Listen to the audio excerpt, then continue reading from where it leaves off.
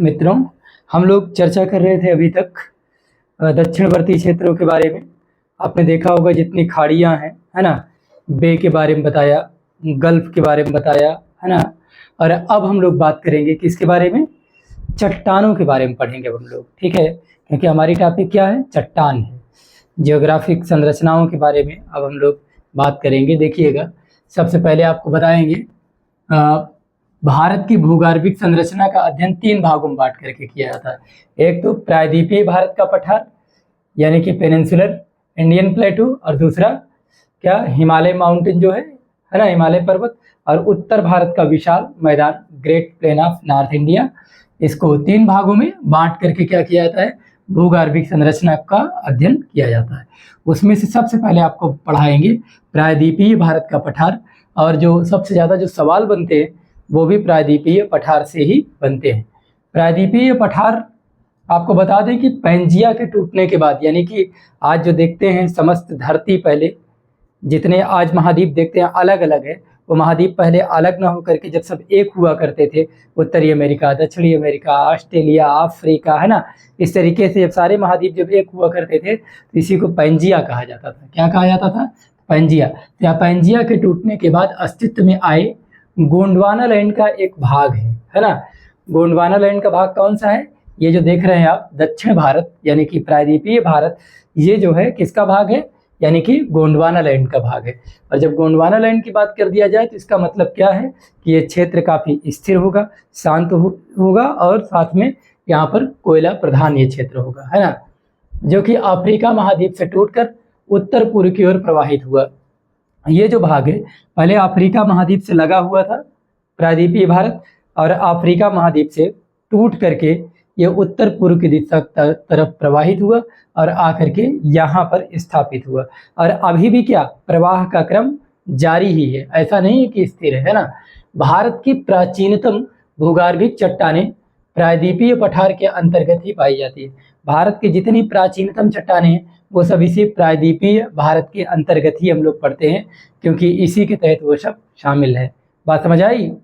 तो इस तरीके से हम लोग क्या करेंगे, सबसे पहले देखेंगे आर्कियन क्रम की चट्टान, और फिर देखेंगे धारवाड़ क्रम की चट्टान, फिर देखेंगे कुडप्पा क्रम की चट्टान, और इसी तरीके से विंध्य क्रम की चट्टानें वगैरह, गोंडवाना क्रम की चट्टानें, है ना, सभी चट्टानों को क्रम से पढ़ेंगे। और सबसे पहले क्या पढ़ने चल रहे हैं हम लोग? आर्कियन क्रम की चट्टानें। क्या पढ़ेंगे? आर्कियन क्रम की चट्टानें। पृथ्वी प्रारंभ में आग का गोला थी, दुनिया जानती है ना, और ठंडा होने के पश्चात जिन चट्टानों का सर्वप्रथम निर्माण हुआ उन्हें क्या कहा गया? आर्कियन क्रम की चट्टान। यानी कि सबसे पहले धरती पर जिन चट्टानों का विकास हुआ, निर्माण हुआ, उनको क्या कहा जाता है? आर्कियन क्रम की चट्टानें। इनका टेम्परेचर प्रारंभ में बहुत ज़्यादा था, यही कारण है कि इसमें किसी प्रकार के कोई भी जीवाश्म यानी फॉसिल्स मिलने की कोई भी संभावना नहीं रहती है ना। तो याद रखिएगा, इसे प्राचीनतम या मूलभूत चट्टानें कहते हैं। इनका मूल स्वरूप क्या हो चुका है? नष्ट हो चुका है, क्योंकि ये बहुत प्राचीन है, और बहुत प्राचीन होने की वजह से इनका जो ओरिजिनल फॉर्म है, जो मूल स्वरूप है, वो पूरी तरीके से नष्ट हो चुका है ना। और ये नीस और शिष्ट चट्टानों में रूपांतरित हो चुकी हैं। नीस और शिष्ट में रूपांतरित हो चुकी है। उदाहरण के लिए बुंदेलखंड नीस सबसे प्राचीन है। बुंदेलखंड नीस क्या है? सबसे प्राचीन प्रकार की है, ठीक है। आर्कियन क्रम की चट्टानें लगभग पूरे पठारी भारत में पाई जाती हैं। जो जितना पठारी भाग है, जैसे आप देखेंगे कि दक्षिण भारत के जो पठारी क्षेत्र हैं, दक्कन का पठार वगैरह जो रीजन है, इन सभी जगहों पर क्या पाई जाती है? आर्कियन क्रम की चट्टानें पाई जाती हैं। इन चट्टानों में भी लोहा, सोना, चांदी, सीसा, जस्ता, मैग्नीज इत्यादि धातुओं का भंडार पाया जाता है। कहने का मतलब कहीं ना कहीं देखा जाए तो इसमें भी क्या पाए जाते हैं? इस तरीके से विभिन्न प्रकार के खनिज पाए जाते हैं। कहाँ? आर्कियन क्रम की चट्टानों में। फिर है धारवाड़ क्रम की चट्टानें। क्या है? धारवाड़ क्रम की चट्टानें। धारवाड़ क्रम की चट्टानों का विकास किससे हुआ? इसी आर्कियन क्रम की चट्टानों के टूटने से क्या हुआ है, यानी कि इनके अपक्षय, अपरदन, है ना, इसी के पश्चात क्या हुआ? धारवाड़ क्रम की चट्टानों का विकास हुआ। ठीक, तो आर्कियन क्रम की चट्टानों के अपरदन और निक्षेपण के पश्चात क्या हुआ? धारवाड़ क्रम की चट्टानों का निर्माण हुआ है। ये भारत में प्राचीनतम परतदार चट्टानें हैं, लेकिन याद रखिएगा कि इसमें भी जीवाश्म नहीं पाया जाता है। एक नज़र थोड़ा सा इस मैप में आप लोग देख लीजिए, हमने धारवाड़ क्रम की चट्टानों का मैप बनाया हुआ है, ठीक है, मैप में दिख रहा है पूरा, थोड़ा सा घुमाइए। ये देखिएगा, ये धारवाड़ क्रम की चट्टानों के क्षेत्र हैं कि कहाँ कहाँ ये धारवाड़ क्रम की चट्टानें पाई जाती है।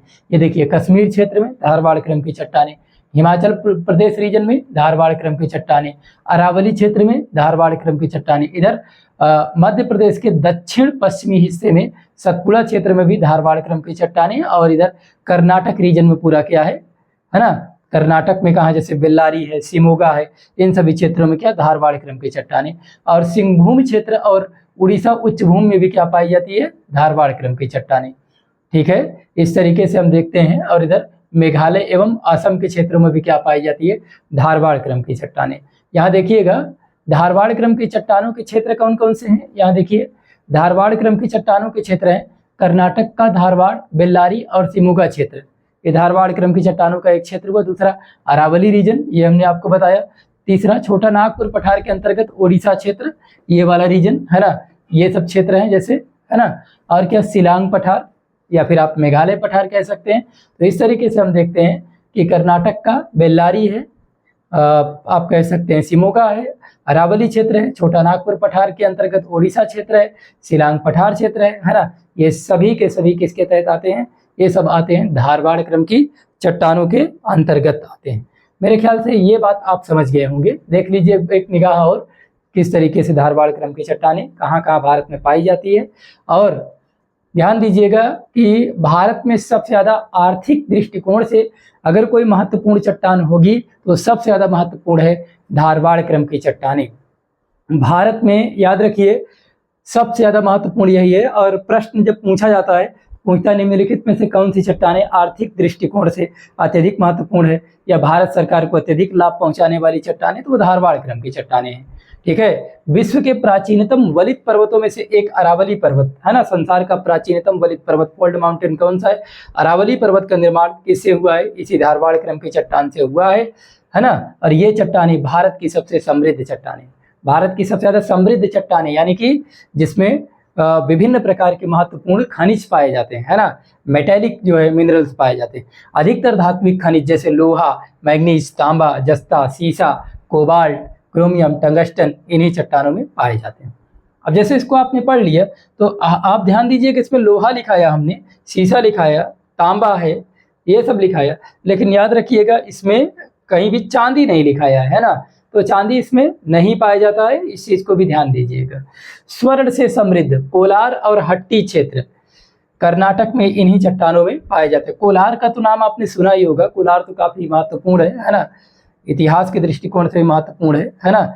याद रखिएगा सोना पाया जाता है, सीसा पाया जाता है, जस्ता पाया जाता है, टंगस्टन पाया जाता है, क्रोमियम पाया जाता है, ये सब कुछ पाया जाता है, लेकिन चांदी नहीं पाया जाता है, और गलती यहीं पर हो जाती है। तो याद रखिएगा ये आर्थिक दृष्टि से सर्वाधिक महत्वपूर्ण चट्टान है कौन सी, तो हम कहेंगे धारवाड़ क्रम की चट्टानें। तो आज हमने देखा आर्कियन क्रम की चट्टान और दूसरा देखा धारवाड़ क्रम की चट्टान, और कल हम लोग पढ़ेंगे इसी में कुडप्पा क्रम की चट्टान और क्या विंध्य प्रकार की चट्टानें, है ना। और इसी में हम देखेंगे क्या आगे के क्रम में देखते चले जाएंगे, जैसे गोंडवाना क्रम की चट्टानें वगैरह, टर्शियरी क्रम की चट्टानें, जितनी महत्वपूर्ण चट्टानें वो सब एक तरफ से आराम आराम से पढ़ेंगे, छोटे छोटे वीडियो बनाएंगे ताकि आप बोर ना हो और आसानी सब कुछ मैपिंग के माध्यम से बेहतर तरीके से समझ में आ भी जाए। आज के लिए इतना ही रखते हैं, थैंक यू। आप लोग प्रयास किया करिए कि थोड़ा सा कमेंट है, लाइक है, ये सब किया करिए, ठीक है ना, इससे मनोबल थोड़ा सा बनता है, ठीक है, थैंक यू।